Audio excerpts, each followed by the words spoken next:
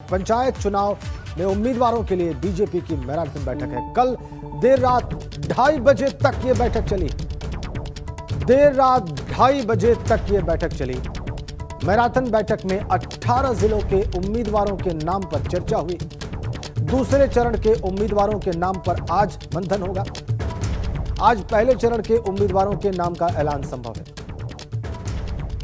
तो दूसरे चरण के उम्मीदवारों के नाम पर आज मंथन होगा। कल रात 2:30 बजे तक पहले चरण के उम्मीदवारों के नाम पर मंथन हुआ और आज उन उम्मीदवारों के नाम का ऐलान संभव है। और बड़ी खबर लखनऊ से, पंचायत चुनाव के लिए बीजेपी आज उम्मीदवारों के नामों का ऐलान कर सकती है। आज लिस्ट आ सकती है पहले चरण के उम्मीदवारों के नामों की। पहले चरण में 18 जिला पंचायतों के 780 वार्ड्स में चुनाव होना है। बीजेपी प्रदेश मुख्यालय में देर रात तक उम्मीदवारों के नाम पर मंथन हुआ। पहले चरण में 3 और 4 अप्रैल को नामांकन दाखिल किए जाएंगे और पिछड़े वोट बैंक को साधने के लिए पार्टी ने खास रणनीति बनाई है। सामान्य वर्ग की सीटों पर भी ओबीसी प्रत्याशी उतारने की तैयारी है।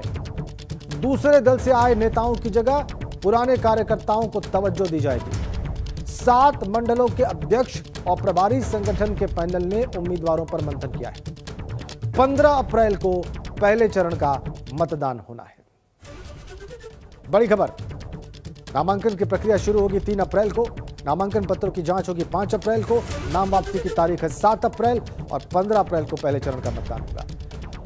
18 जिलों की 780 वार्ड्स के लिए ये चुनाव होंगे और हम चलेंगे शैलेश अरोड़ा के पास। हमारे सहयोगी लखनऊ से हमारे साथ इस वक्त सीधा जुड़े हुए हैं। शैलेश, आप 780 वार्ड्स के लिए जो 18 जिलों की सीटें हैं वहां पर 15 अप्रैल को मतदान होगा। कल से उसमें नामांकन शुरू हो रहा है, लेकिन अभी बीजेपी की पहली लिस्ट आ जानी है और आपने जो सबसे महत्वपूर्ण बातें बताई हैं वो ये है कि ओबीसी कैंडिडेट्स को टिकट दिया जा सकता है सामान्य सीटों पर कुछ, ताकि ओबीसी वोट बैंक को साधा जाए। ये बहुत महत्वपूर्ण बात है, खासकर बीजेपी के पर्सपेक्टिव से, जिस तरह की राजनीति रही है बीजेपी की।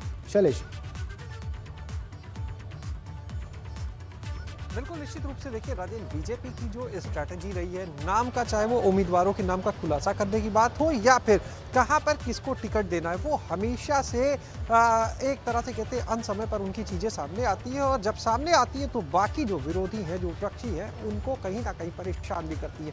क्योंकि जो स्ट्रैटेजी रहती है वो इस तरह की होती है कि चाहे जातिगत समीकरण की बात हो, चाहे क्षेत्रीय समीकरणों को देखना हो, चाहे वहाँ पर वोट बैंक, हर चीज़ को बहुत ही बारीकी से देखा जाता है। और यही वजह है कि जहां बाकी दलों ने अपने प्रत्याशियों के नाम की सूची जारी करना शुरू कर दिया, वहीं बीजेपी आज पहली सूची जारी करेगी और उसके लिए लंबा मंथन चला। देर रात 2:30 बजे तक पार्टी के प्रदेश अध्यक्ष, संगठन महामंत्री, जो चुनाव प्रभारी बनाए गए हैं यहाँ पर पंचायत चुनाव के लिए, विजय बहादुर पाठक, ये सब लोग रहे और जितने भी जो क्षेत्रीय प्रभारी थे वो सब लोग सूची लेकर मौजूद रहे। पहले चरण के जो 18 जिले हैं, 780 वार्ड है, वहाँ पर किसको टिकट देना है, इसकी सूची थी एक पूरी और वहाँ पर मंथन हुआ। एक एक सीट को लेकर ये मंथन हुआ कि वहाँ पर जातिगत समीकरण किस तरह का है, किसको टिकट दिया जाए, कौन असल में पार्टी का कार्यकर्ता वहाँ पर काम करता है।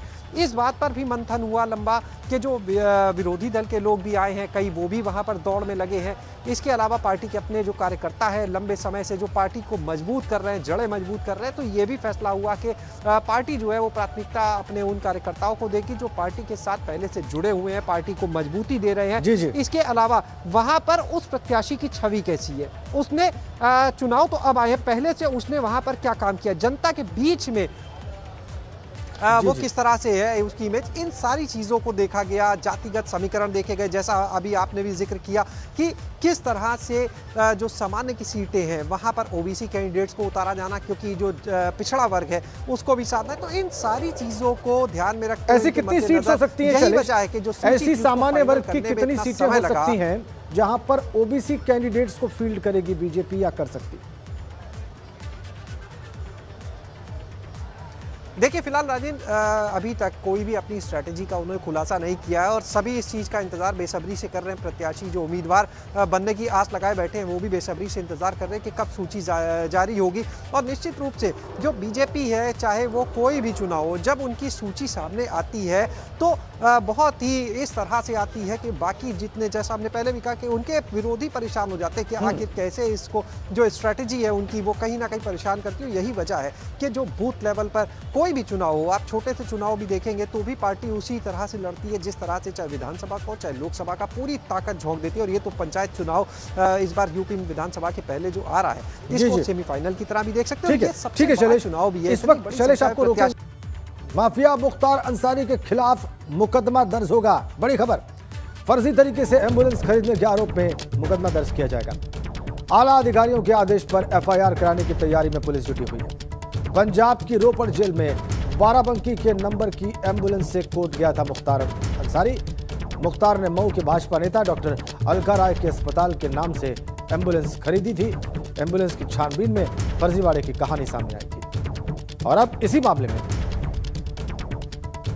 मुख्तार पर एफआईआर दर्ज कराने की तैयारी।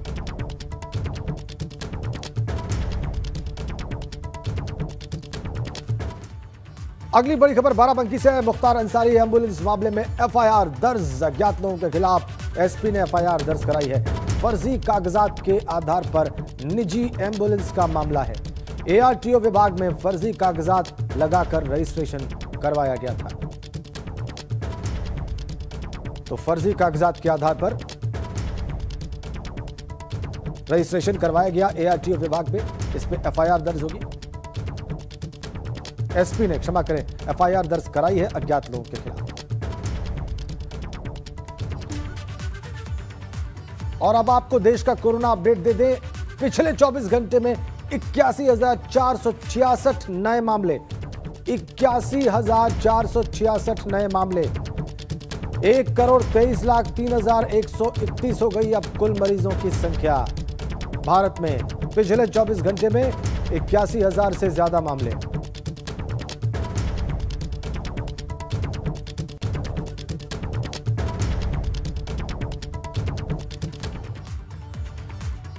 और फैलते कोरोना संक्रमण पर आज बड़ी बैठक है। केंद्र सरकार की राज्यों के साथ बड़ी बैठक है।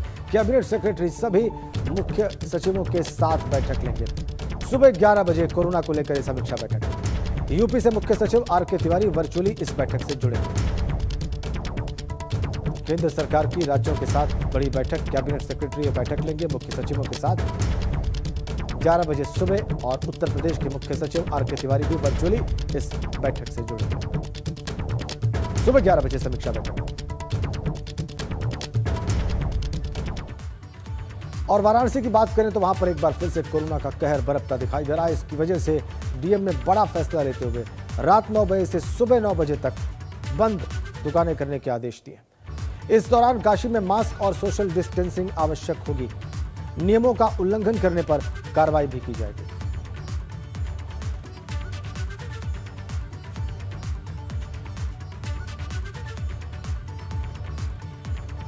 रात 9 बजे से सुबह 9 बजे तक दुकानें बंद करने के आदेश।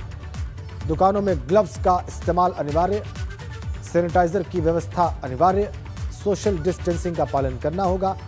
ऑटो रिक्शा में, ई रिक्शा में भी सभी को मास्क लगाना आवश्यक। किसी भी वाहन में सीमित संख्या में ही लोग बैठ सकेंगे। और लखनऊ से खबर है, वहां पर सिविल कोर्ट में कोरोना ने दस्तक दे दी है। कुल 13 अधिकारी और कर्मचारियों को कोरोना हो गया है। जिला जज, एडीजे, सीजेएम ये सभी कोविड पॉजिटिव हैं। सिविल कोर्ट परिसर को बंद कर दिया गया। सैनिटाइजेशन के लिए इस कोर्ट परिसर को बंद किया गया। 13 अधिकारी सिविल कोर्ट के लखनऊ में कोविड पॉजिटिव पाए गए हैं। इसमें जिला जज भी शामिल हैं, एडीजे भी शामिल हैं, सीजीएम भी शामिल हैं। परिसर बंद, सैनिटाइजेशन के लिए।